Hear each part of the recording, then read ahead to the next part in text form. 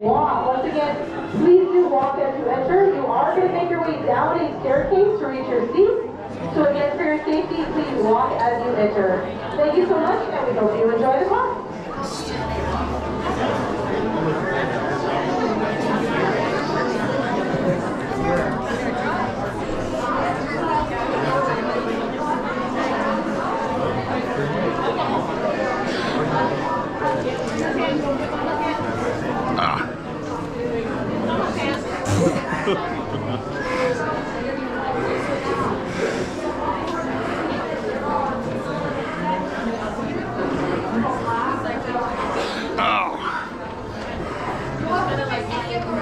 Anything but the back row is available. So don't be shy. If you want to go in the red row or the purple, there's no waiting for those.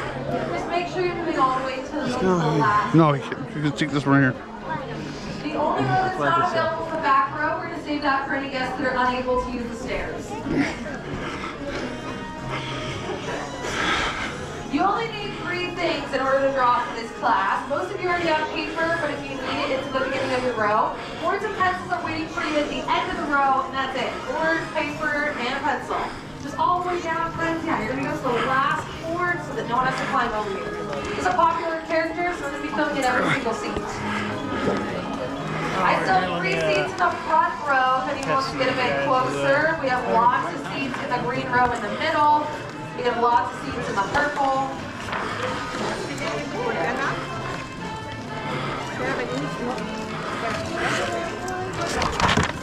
If there's paper in your way, you can move it to any other side of paper. Oh, and don't lose your glasses. Yeah. I got them on my face this time. We still have room in the green row in the middle of the room, or we have room in the back row. It's going to be the last seats. Oh, that's how this works. You can move the paper if you want, or you can put it up here on the stage. Duh, I need to put the thing.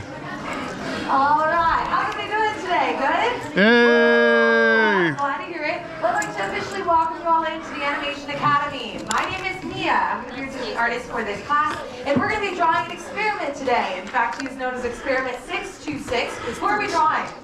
Stitch! Yes, we're going to be drawing Stitch for this class. And before we begin, we're going to go over a few things. At the top of the stage, you'll see my friend Darren. Everyone say hi, Darren. Hi, Darren. Darren is another one of our amazing artists here, as well as our TA for this class. So if your pencil breaks, rolls under the seat, or you just need a crisp high five, raise your hand up nice and high. One of us will be happy to help you. Darren won the High Five Olympics, so he would love to help you out. In fact, he's going to show you his high five on the exit door. It's beautiful. Yeah. Just give it a big push, it'll lead you right back outside, and you're back to the courtyard. Now, is this anyone's first time at the Animation Academy? Lots of you. Cool. Welcome in, and welcome back to our alumni.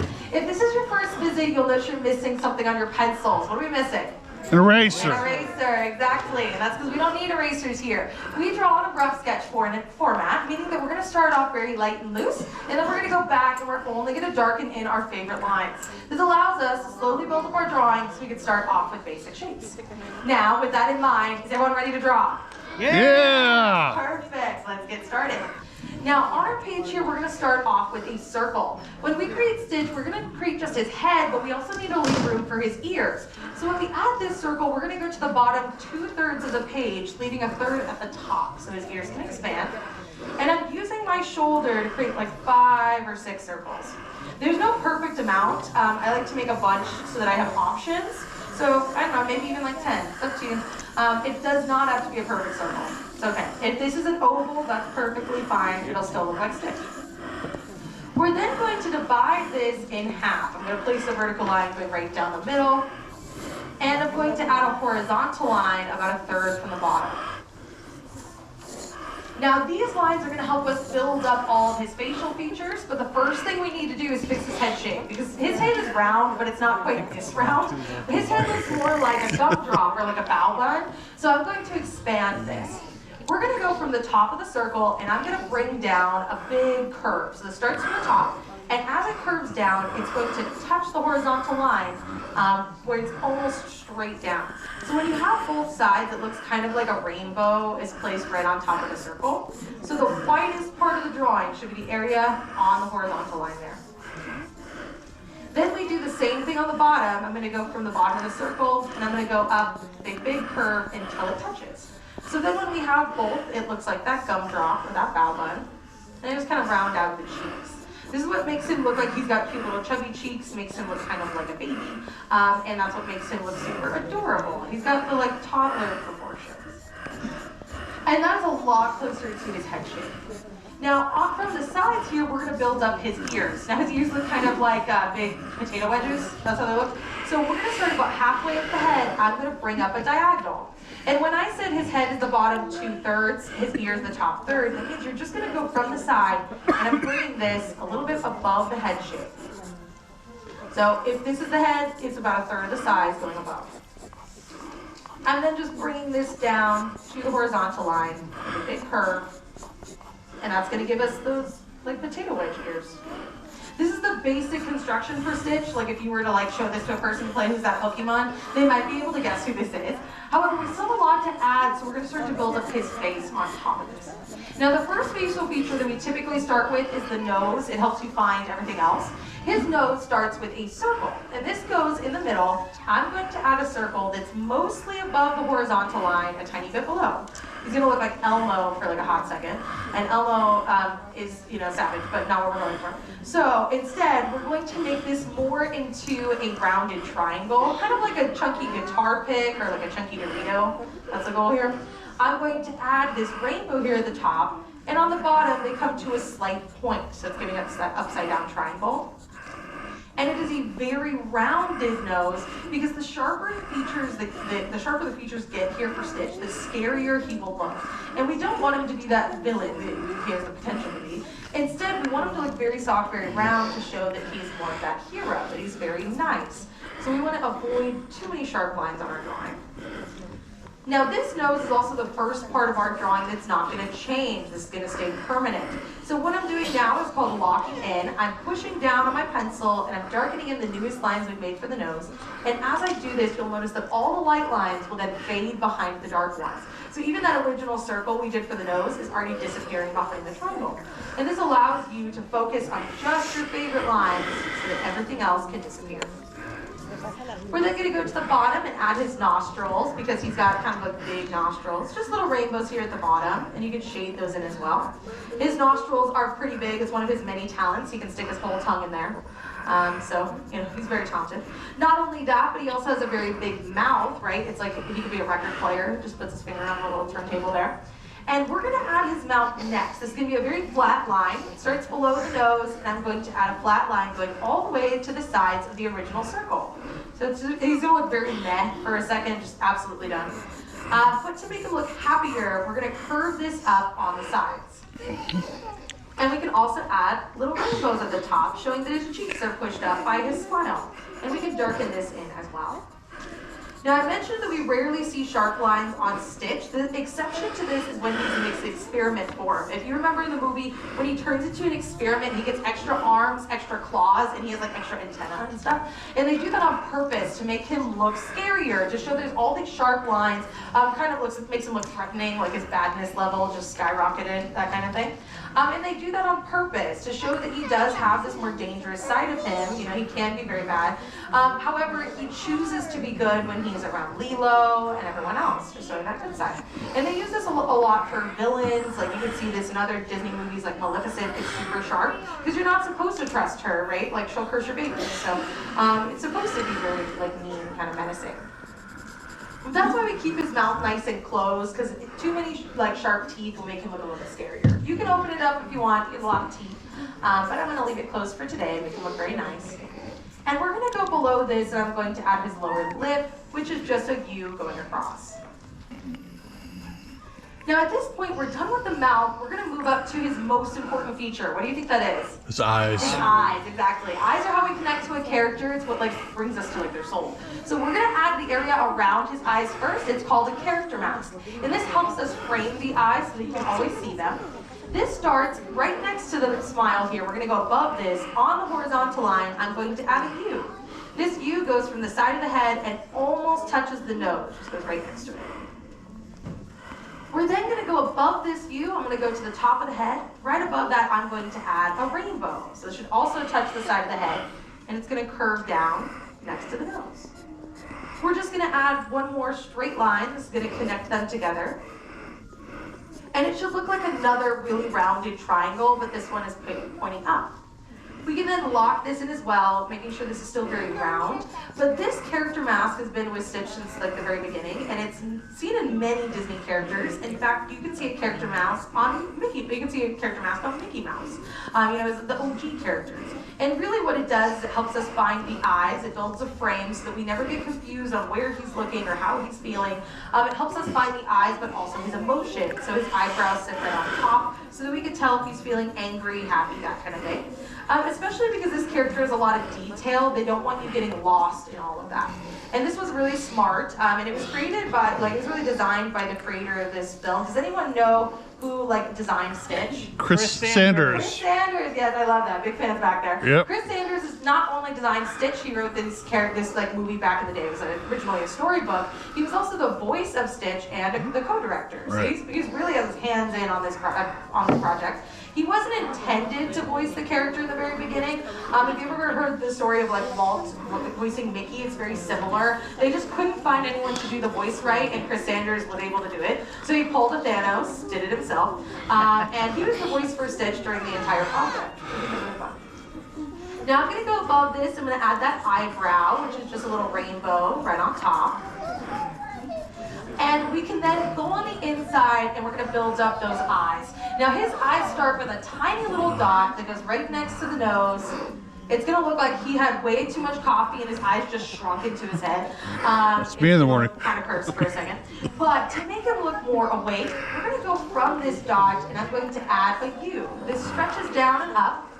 So he looks like the coffee wore off. He's taking a little power nap. Jealous. And then we're going to open this up from here by placing a rainbow. I'm going to go back to the dot, and this eye should be a little bit taller than the nose, and back down to the other side. He has almond-shaped eyes, which is typically called the Disney princess eye, which I kind of love, because I like to imagine Stitch as a Disney princess. Especially if you've ever seen Stitch crashing into movies, he crashes into Aladdin and stuff. I just like to imagine him as Jasmine and stuff. But I'm going to go through, we're going to darken this in, and I always recommend adding a little bit of detail to the inside of his eyes. He technically has no white to his eyes. He looks kind of black. So to make him look a little bit friendlier, I'm going to add a circle toward the top. This circle is actually a highlight. It helps us show that his eyes are so big, they're catching reflection, and it really helps avoid the pure black eye that he typically has. So the rest of the eye can then be shaded in. If you want your Stitch to be a little bit scarier, you can avoid the highlight. That'll make him look a little bit more like that experiment, but gives you that fun feature. So I'm going to go around shading everything in nice and dark. Now he's not the only experiment. If you were really around in the 2000s, or I guess the 90s, you'll be aware that there was a TV show. We had a lot of sequels of this movie, and we got to meet a lot of Stitch's cousins. Does anyone have a favorite experiment other than Stitch? Yeah, Angel. Angel's a fan favorite. She's the pink one. I love her. You like Angel too? I agree. She's awesome. I love her. And the sandwich guy, he's my favorite. Yeah, my favorite is Reuben, and he is the one that makes sandwiches. He's actually the experiment right before Stitch, so he's known as experiment 625. And he actually has the same exact powers as Stitch. Everything's the same, except he chooses to make sandwiches. And I think that's very noble of him. But there actually used to be a game back in the day where you could build sandwiches with Reuben, and it started coming back, which is the funniest thing. But I was rediscovery. And I love him. He's my favorite. I actually got to meet him in the park recently, and he gave me a little big sandwich, and I was living my dream, living my life. Highlight of the year. But there's also a lot of other fun experiments. A lot of people like Leroy or Sparky. Pick your favorite. They're all fun. But now that we do have these eyes, we need to complete his head shape. But we'll do that by going to the top. Now he likes to say he's cute and what? Fluffy. Exactly. So we need to give him some hair. On the top of his head, I'm going to add 3 shark fins or little blades of grass. It's just going to make him look fluffy. You can make him look extra fluffy if you want, or you can make it look like he went swimming and he's soaking wet. But the rest of his head, other than that fluff, you're just going to darken in that gumdrop shade for the bow bun, this whole head shape there. We're going to go around locking in anything that's not being covered up. That's going to give you that Stitch head. The very last thing that we'll need are his ears. And we have the basic construction for the ears, but we're now going to make them look a lot rounder. He has very good vision, but he also has very good hearing. We can even see in the movie at one point, Pleakley's can he hear us? He turns around from a mile away. He's very good hearing. And that comes from having very round ears, because if your ears were flat, you would hear absolutely nothing. So we're going to round out the ears. Starting about halfway down them, I'm going to bring up a big C curve. This goes about halfway through the ear. And then we're going to add another C curve that curves up toward the top. So it looks like a very big S curve going through that original diagonal line. Then we're going to add a few little nicks in his ears, just these little pizza slices. There's one at the top of the ear and then one on the bottom of the other. We're not sure exactly how we got these. It might be part of his backstory. Maybe we'll get a prequel about it someday. But before they decided on the film that they have, they actually went through quite a lot of changes. In fact, before they got to like a story about like family and Ohana and everything, it was actually supposed to be like Stitch was part of this like alien space gang. Maybe that's how he got these little nicks in his ears. I have no idea, but they were like, that's not really Disney. No, it's not. So they decided to change it up, but a lot of changes went through this film. In fact, including the location where it was placed, because where does it currently take place? Hawaii. Hawaii, yeah. But before they got to Hawaii, it was actually supposed to take place in Kansas, which doesn't have that much in common with Hawaii, really. They liked the idea of like of an alien getting lost in the woods, just kind of roaming around Kansas. But they realized that he could leave, right? Like he's landlocked, so he could go anywhere. He could just go to another state, no problem. And they wanted to find a way to trap him there, really make him, like force him to build that bond with Lilo. So they decided to move it over to Hawaii and make him afraid of water. That way he couldn't just legally leave the island. And that really built the story from there. We like to joke around though and say that they actually changed the location because they got to take a trip to wherever the movie takes place. And they were like, ooh, we can get a free trip to Hawaii, you know? Nothing wrong with Kansas, but most people are gonna choose the Hawaii getaway. You know, they got to have a lot of fun while researching for this movie. Now I'm just locking in those diagonals until we get to the S curve. We can also darken in, there's a little C curve here at the bottom, showing that fold. But really, anything else you want to add for your Stitch here is considered extra credit. I like to add some little folds over his nose and makes his nose look very scrunched. Makes him look kind of like that dog, or like that evil koala kind of one. But whenever you're done, find a spot on your page, sign your name nice and proud, and that's it. Now I'd love to see all of your amazing drawings, so we're going to do a super quick art show. On the count of 3, I'm going to have you lift up your boards nice and proud. We're going to see how you did, all right? So on the count of 3, 1, 2, 3, Stitch! This is amazing! I'm loving all the detail. The eyes are looking fantastic, really big. It fills the whole page. Great job with the smile. Some of them are looking a little more vicious. I love it. Great job with the eyes. Really great job with the shading. Ears are looking great. Very brown. It's so cute. So adorable. Look at his nose big round. Yours look really good, Logan. Mine looks more like Mike Wazowski. Kinda. Now you have officially passed the Animation Academy, which means you're welcome to Tyler's come back really good too. Hopefully we see you again today, but class is dismissed. Everybody? Big round of applause for your artist, Mia, everyone! Yay! Thank you so much, Mia. And thank you all for joining us here at the Animation Academy. The doors on your left are now open. But before you leave, we ask that you please prop your boards up back against the That's seats. still pretty good, Tyler. So I got my thumb and just If went. you have any paper that you'd like to recycle, we ask that you and please created toss it in the recycling bin at the bottom of the ramp as you exit. If you'd like to continue working on your drawings of Stitch, we have plenty of pencils and table space down at our Sources Workshop. It's just across the way. You're more than welcome to continue them there.